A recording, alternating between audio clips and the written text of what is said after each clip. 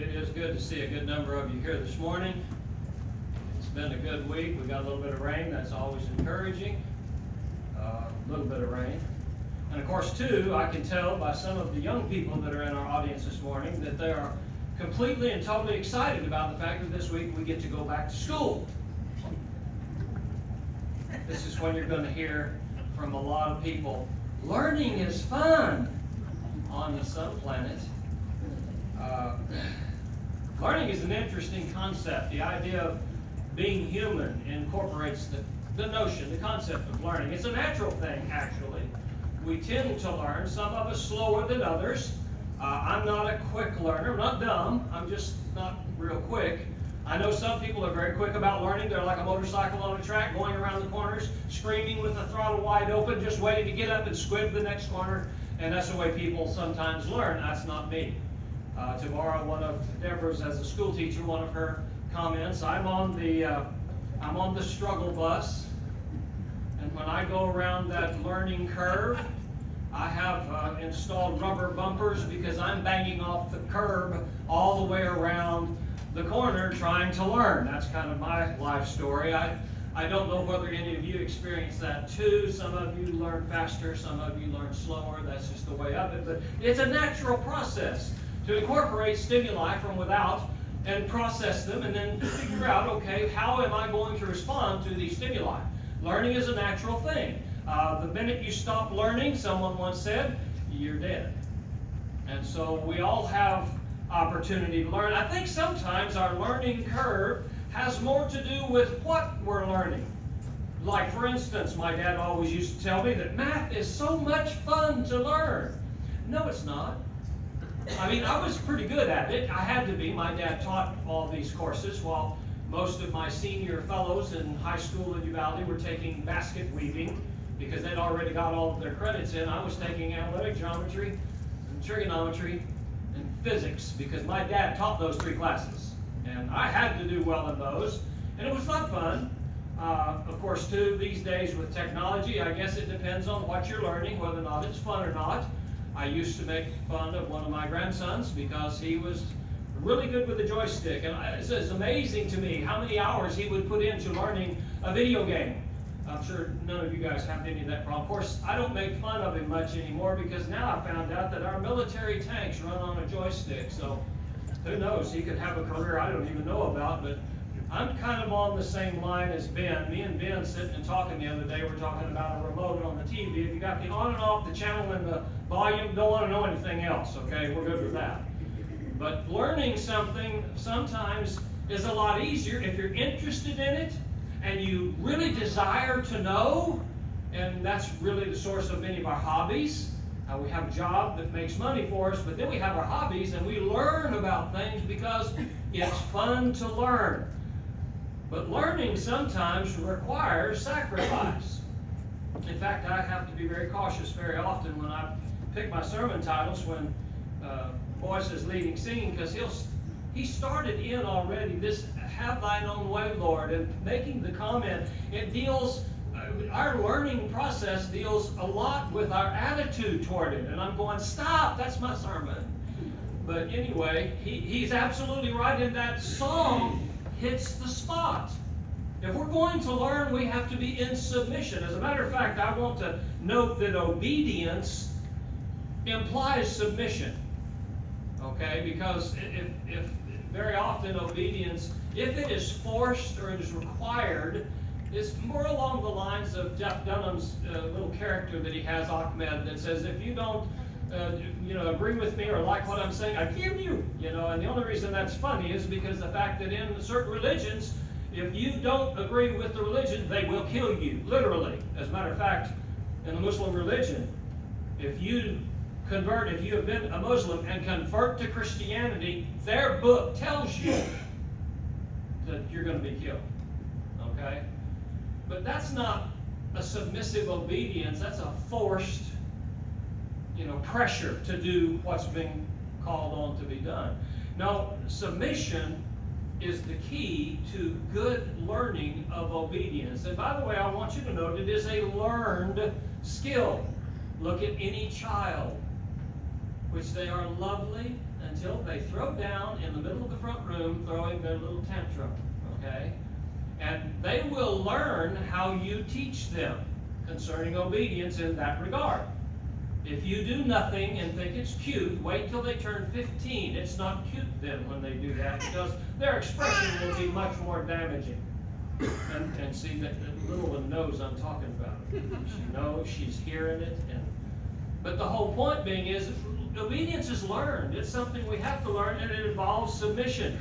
I want to go to the Bible to kind of define submission with terms that are used there. For instance, in 1 Timothy 3 and 4, you have, and I'm going to look them up with you. I didn't mark them in my Bible, so looking up 1 Timothy chapter 3, verse 4, what you have here is the qualifications of the elder.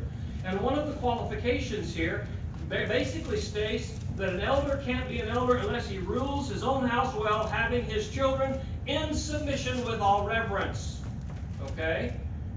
He has to be such a leader in the house that his children have respect for him, and they are willing to submit themselves to him. Now, we're not talking about 2-year-olds here. We're talking about children who are a little bit older in the family that have an appreciation for leadership in a family scenario. And so, therefore, we're talking about submission.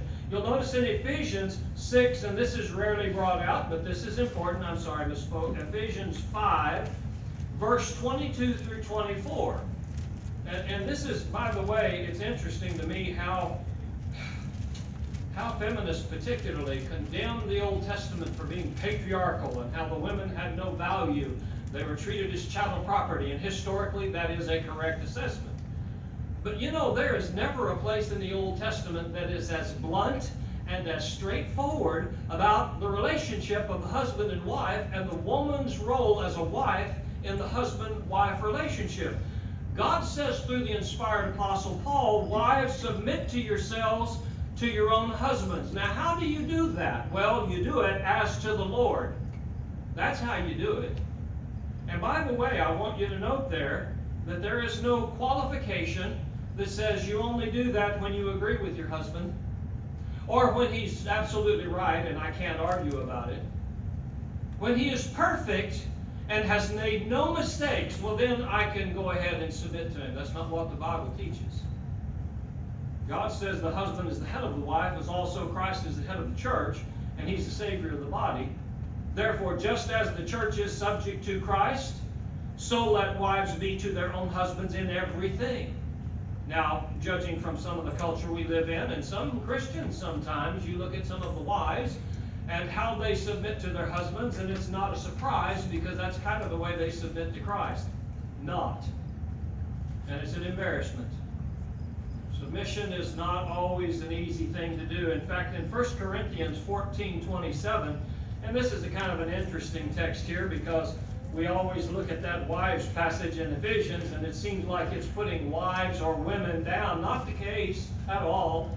Here is one where men who are supposed to be leaders in the worship assembly are being discussed. And if you look at chapter 14, 1 Corinthians 14, begin with me in 27, and notice the restrictions, the submission that is placed upon men in the assembled congregate. If anyone speaks in a tongue, let there be 2 or at the most 3, each in turn, and let one interpret. You just can't get up and just start speaking in tongues, which was happening in Corinth. But if there's no interpreter, let him keep silent in the church. That same phrase is used down there in the sense of women keeping silent in church. There's no dichotomy between the two, men and women. Men need to keep silent too if they got an ability to speak in tongues. Look further. Let 2 or 3 prophets speak. Let the others judge. But if anything is revealed to another who sits by, let the first keep silent. For you all can prophesy one by one. That's how it's supposed to be done. That requires a submission if someone's prophesying, and that all may learn and be encouraged. In fact, he says the spirits of the prophets are subject to the prophets.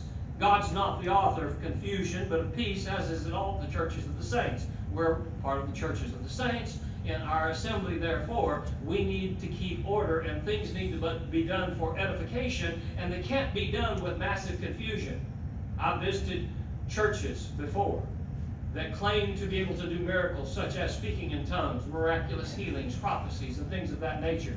And the cacophony and confusion that goes on in those things, it's absolutely impossible to learn anything from anything there, which is what this is for, the edification, the lifting up of the saints. That's what our assembly, in part, is about. And so, therefore, there are some limitations placed on that, and those who are men in the congregation must submit to these kinds of rules. As a matter of fact, if you go to 1 Peter 2:13, we're told to submit to the law of the land. Yes, indeed, that stop sign down there is not put there for looks. And we may not agree with the fact the stop sign is down there, but we will be required to follow that law, because if we run it, in fact, if your lights, by the way, when you hit the brakes, don't dip, that's how the officer sitting there watching that stop sign can know you didn't really stop. So I always come up and I hit the brakes and Kelly's head hits the dash. But anyway, I want them to know I stopped, okay? Because I don't want to break the law, but we need to be responsible to the law of the land. So we submit to the law of the land. Hebrews 13:17, and this is in the context of the stuff we're studying right now. In Hebrews 13:17, and there's no way to get around it. People have tried to twist this verse every which way, but let me tell you that the text says, obey those who rule over you and be submissive. You'll notice both phrases are used there. Obey and submissive. As a matter of fact, I've always thought it ironic that Jesus calls us sheep. I don't know whether you've ever tried to herd sheep. Sheep don't herd well. Sheep are a communal group. They don't like to be separated, and it's very hard to. Now, you can rattle a bucket of feed and you can get them to follow you, but you're not really herding them, and yet we call the guy that has the bucket of feed a shepherd. He's herding the sheep. And we had an experience when we were, I don't know whether I've told this before, when we lived in Lytle, we had Barbados sheep, and we had 4 little twins. Well, I guess they wouldn't be twins, would they? But anyway, we had 4 little sheep that were born, and you go out to feed them, and the sheep would all congregate because they stay together, and you could rattle the bucket, and they would come up, and I set the bucket down for some reason, I don't recall what, and one of the little lambs got into the bucket and got the bucket around her head. And of course, when she jumped up and discovered it was uncomfortable and started panicking and rattling the bucket, well, the other sheep just scattered. They went everywhere. And of course, that little lamb was trying to catch up, so she was running after everybody. And you would think after a bit she would get the bucket off her head, but no. She managed, in the next stage of things, to get her front arm, her front leg in the bucket. So now she had it wrapped around her head and her leg, and she was clomping around trying to keep up with all the sheep. And it wasn't working, and that made the sheep more scared. And that lamb amazingly went all the way through that bucket. It finally ended up on her back legs until she finally kicked off. And once she kicked it off, all the sheep came together. It was okay. An amazing thing, how to herd sheep. But the submission part with sheep is so interesting because they follow. It's kind of like it's got to be their choice, you know. They want the feed, so you shake the bucket, and it's their choice. I think Jesus, in his wisdom and his deity, understood us better than sometimes we understand ourselves. And here's the interesting thing about submission. And I've told this before, I know, I'm almost confident, but it's so apropos, I'm going to tell it again, about the elderly gentleman that passed away. And when the lawyer probated the will, he had the 3 children of the elderly gentleman sitting there, and the lawyer said, okay, your daddy had a huge ranch, and y'all going to get it, but there's 3 criteria you have to meet. And the kids, oh yeah, whatever, Dad was wise. And so therefore he said, okay, the first one is you need to go up on top of that plateau, and they all knew what he was talking about, and said you need to build a house, and they, oh, Dad was so incredibly wise, that's the perfect spot for the house, and not a problem, we'll do that. And he said number 2 is you need to go off the edge of the plateau there, and you need to put in a well right there. And that was brilliant. You couldn't find a better place to put a well in, and they was all in agreement. It's wonderful. And then he said, 100 yards from that well, you need to put in your barn. And they kind of looked at each other puzzled. You want all the fodder and all of the barn and the pen around the well?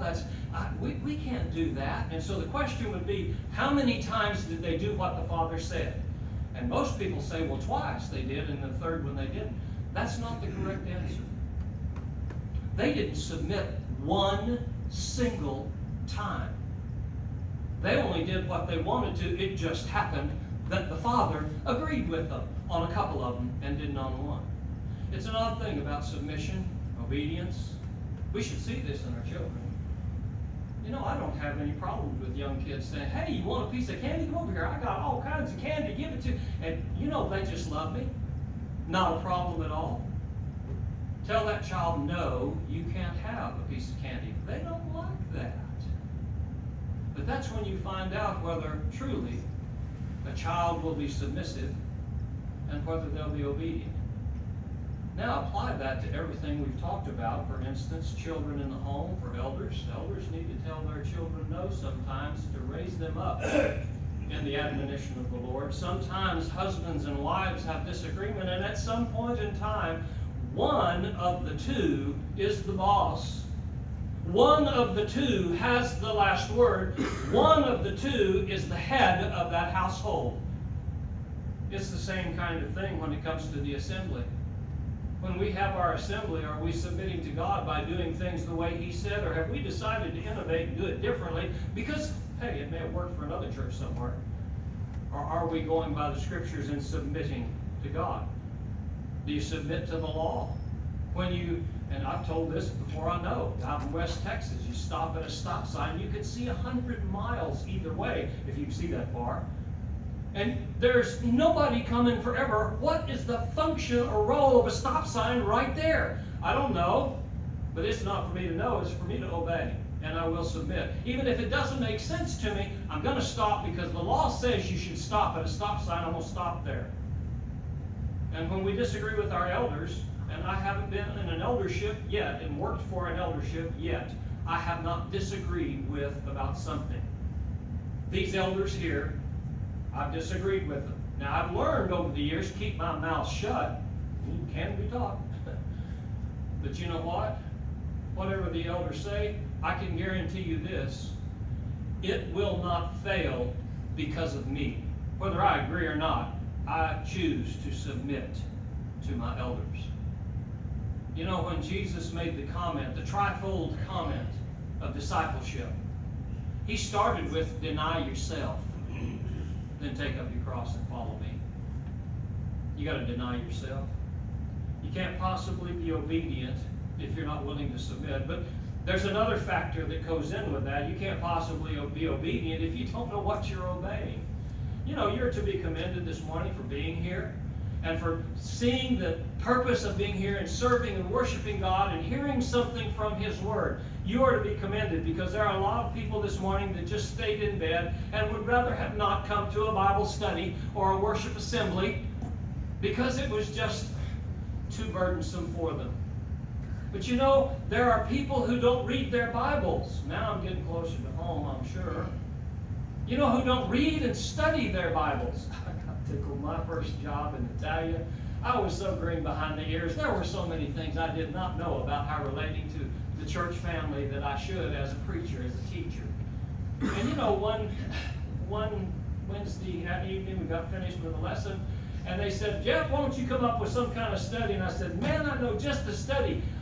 Some of you may grin because you'll know what I'm talking about, but there's some Granville Tyler books. Back in the day, had kind of an orangish paper cover, magazine style.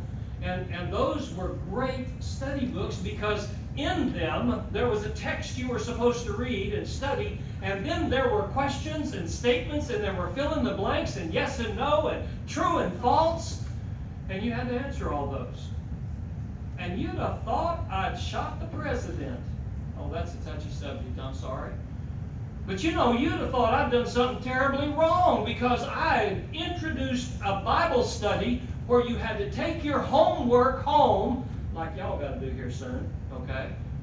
And you've got to understand what is being taught and fill it out so someone can look at it and say, yes, that's right, or no, that's wrong. And boy, I'll tell you what, I was in trouble for a while, but we went ahead and did the Granville Tyler series. Ironically, when we finished it about 6 months later, it was kind of interesting because I said, okay, we're going to do a new lesson. It's going to be completely different. I don't see it. And people just got all up in the air. I said, what? We like the Granville Tyler. We're learning stuff. The difference was the topic, the technique, and the teaching of it. That was the difference. I mean, people were learning things and discovered God's Word is full of all kinds of fascinating, interesting things. If you're here just filling a pew, you are not learning obedience. Okay? Punching your clock doesn't work. What we're about is learning God's Word. And I will challenge myself. You challenge me. I need to get up here and I need to speak things to make you go, huh, and scratch your head and say, where's that in the book? I need to do that so that you will look in the book, because we are a people of the book. But we can't be that if we're not submissive and if we're not learning obedience. Now, I know the struggle in this passage we're looking at here has to do with verse 8, and I want to cover that briefly. I'm not going to get into some deep theological discussion about it, but let me just point out a couple of things. Because it says here, though he were a son, he's the Son of God, he is God, he learned obedience. You know, first time I ran across that years ago, I'm scratching my head saying, what? God learned something? Well, let's put this in the context of the Bible and understand a few things. Look at Philippians, the 2nd chapter, in the 6th and 7th verse. Because it talks about there the fact that Jesus did not hold it so dear to be equal with God that he was not willing to shed himself of some facet of that in order to become human. Now let me put it into pragmatic explanation so that it makes sense here. Because when you think of God and when you understand God, you know he is omniscient. He knows everything. God is omnipresent. He is everywhere. He is omnipotent. He can do anything. But you know, you and I don't have those we just don't have those characteristics. We can't do that. Well, what happens when you mix the two? And you have God and man. You see, Jesus wasn't omnipresent anymore. He was present in a physical body.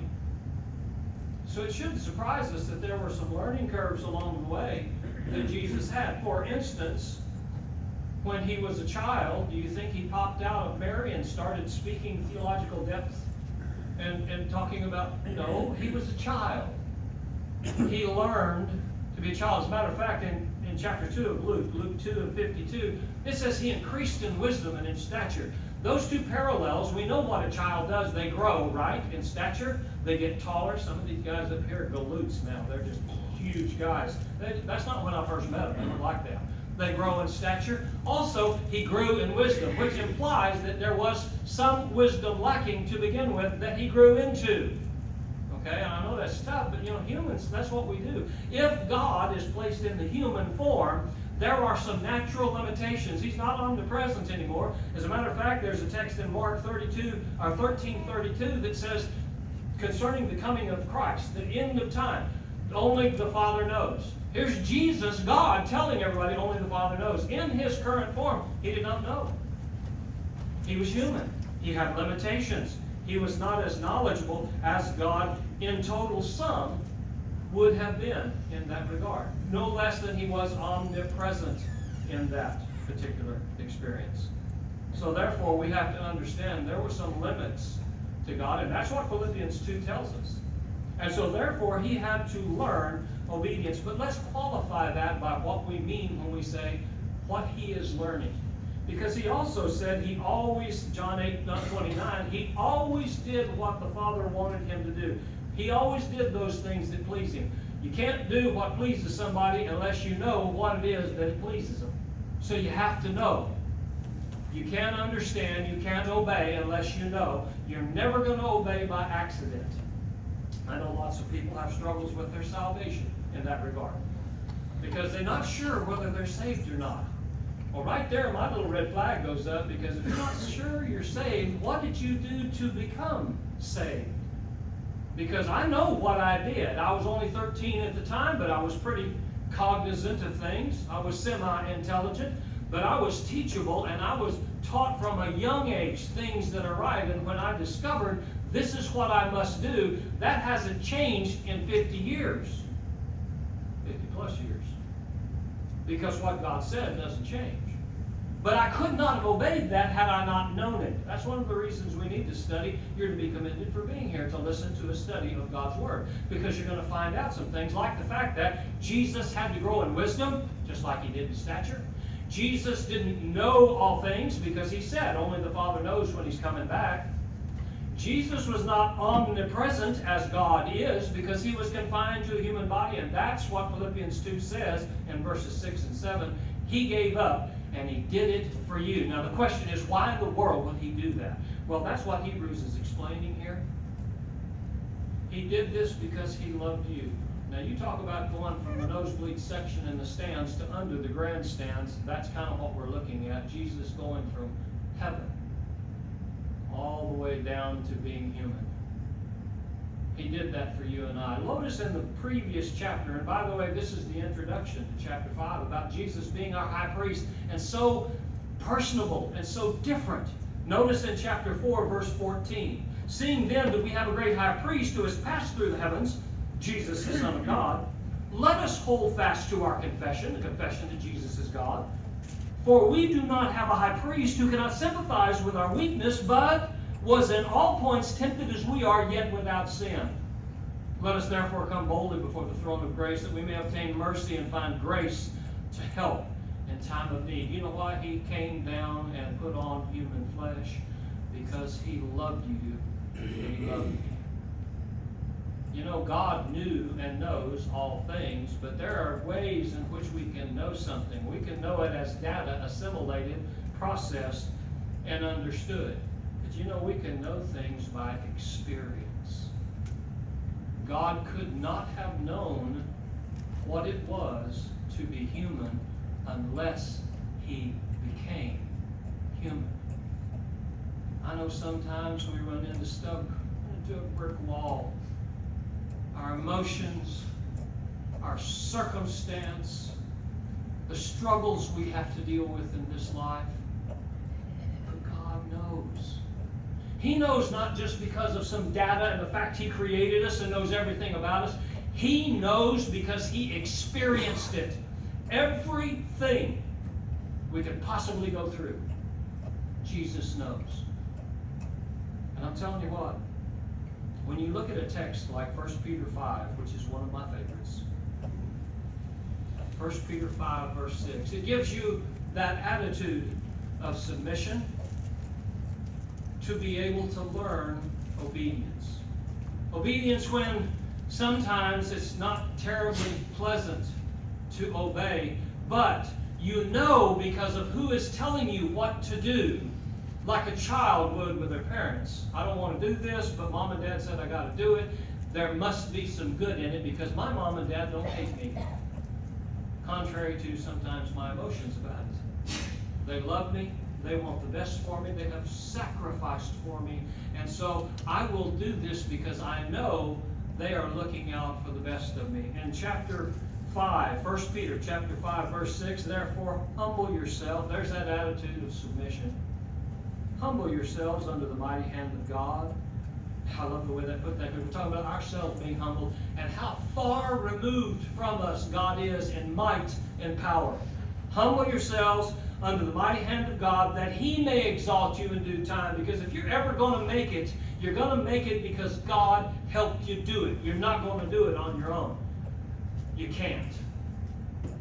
Casting your care upon him, for he cares for you. There's nothing you've been through, nothing you've experienced, nothing you've done that Christ doesn't understand about you. You want to know why he took on flesh? You know why he is so superb as a high priest? Because he did perfectly what we cannot. But he did it because he is God. You know, a little facet of this that people miss so often. God cannot be tempted with evil. Is that not true? James states that point. He cannot be tempted with evil. And yet we find in Matthew 4, what happens when the devil comes to Jesus? He tempts him. Folks, he couldn't be tempted if there wasn't that human flesh. Christ, as God, knows what you're going through. He loves you. He cares for you. Doesn't it make it easier to submit to God knowing that even this is going to be hard and I don't understand all the details of it, but I know what to do and I have a choice to submit to God. if I'll submit to God, He cares for me. He cares for you this morning. Submission is not suppression. Learning obedience, contrary to a lot of learning that I've been exposed to, learning obedience is not just fun, but is a blessed existence. When Jesus talked about the abundant life, He wasn't talking about you getting rich, okay? Just saying, John 10:10. That's not what it was about. The abundant life is learning obedience and looking at the end of things and why Christ was so perfect. You know, the things we go through, I know sometimes just overwhelm us. They press us down. But view it this way, if you would. The things that we go through help us to understand that we can get through it and help somebody else who doesn't think they can. God is using you as His servant, teaching us with the hardships of life how we can help somebody else. And if we reflect Christ, who cares for us, we're going to care for each other. And we're going to be there to try to help. If you're not a Christian, if you have not submitted, we always offer as a tradition here, an invitation song. But the real, true invitation is open always. And if you need to change your life, I invite you to respond to Christ's invitation. And we'll stand and sing.